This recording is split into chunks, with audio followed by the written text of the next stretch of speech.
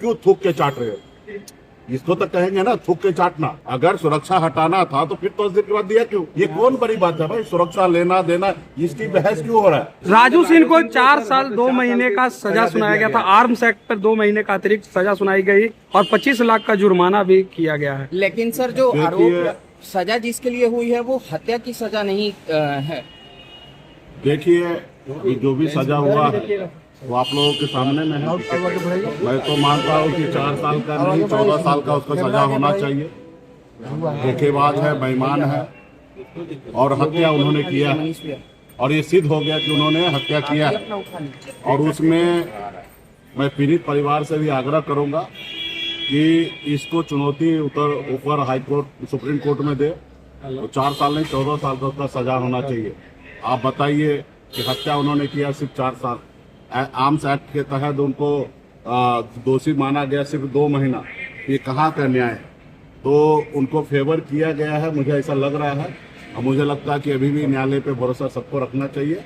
ऊपरी अदालत में उनको चैलेंज करना चाहिए और उनको 4 साल नहीं 14 साल का। लालू और राबड़ी को पुनः सिक्योरिटी जो है वो दी गई है, Z+ नहीं Z सिक्योरिटी दी गई है। लेकिन लालू यादव ने कहा कि गलत हुआ है। देखिए बिहार में सरकार के पास कोई काम धंधा नहीं है, उनके पास खजाना खाली है, पैसा नहीं है और बीच बीच में तरह तरह के स्क्रिप्ट के तहत राज्य में बेवजह कुछ मुद्दा को खड़ा कर देते हैं जिसमें लोग आपस में उलझ जाए।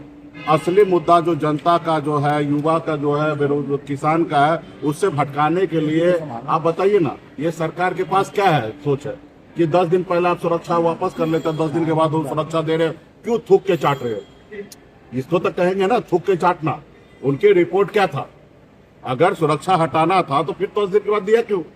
और एक किसका आप बात करें, पूर्व मुख्यमंत्री, उनकी सुरक्षा सिर्फ राज्य के जो है ना मुद्दा को भटकाने के लिए ये सब सारे चीजें करते रहते हैं। कभी बंगला खाली करना, कभी सुरक्षा वापस करना।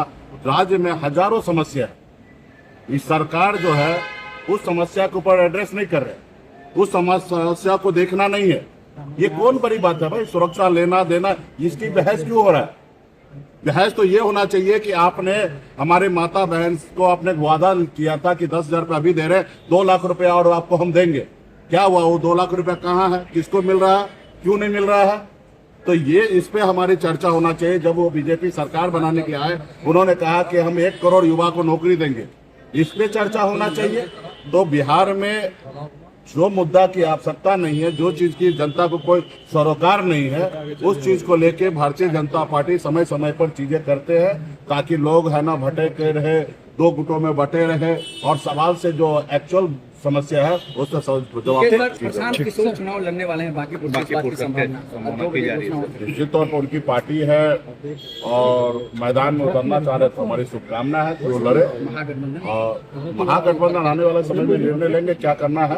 और राष्ट्रीय जनता दल का वो सीट है, आरजेडी उस पर निर्णय लेंगे कि क्या करना है। बाकी एज ए प्रशांत किशोर का एक राजनीतिक दल है, उनको चुनाव लड़ रहे हैं तो हमारी शुभकामना है।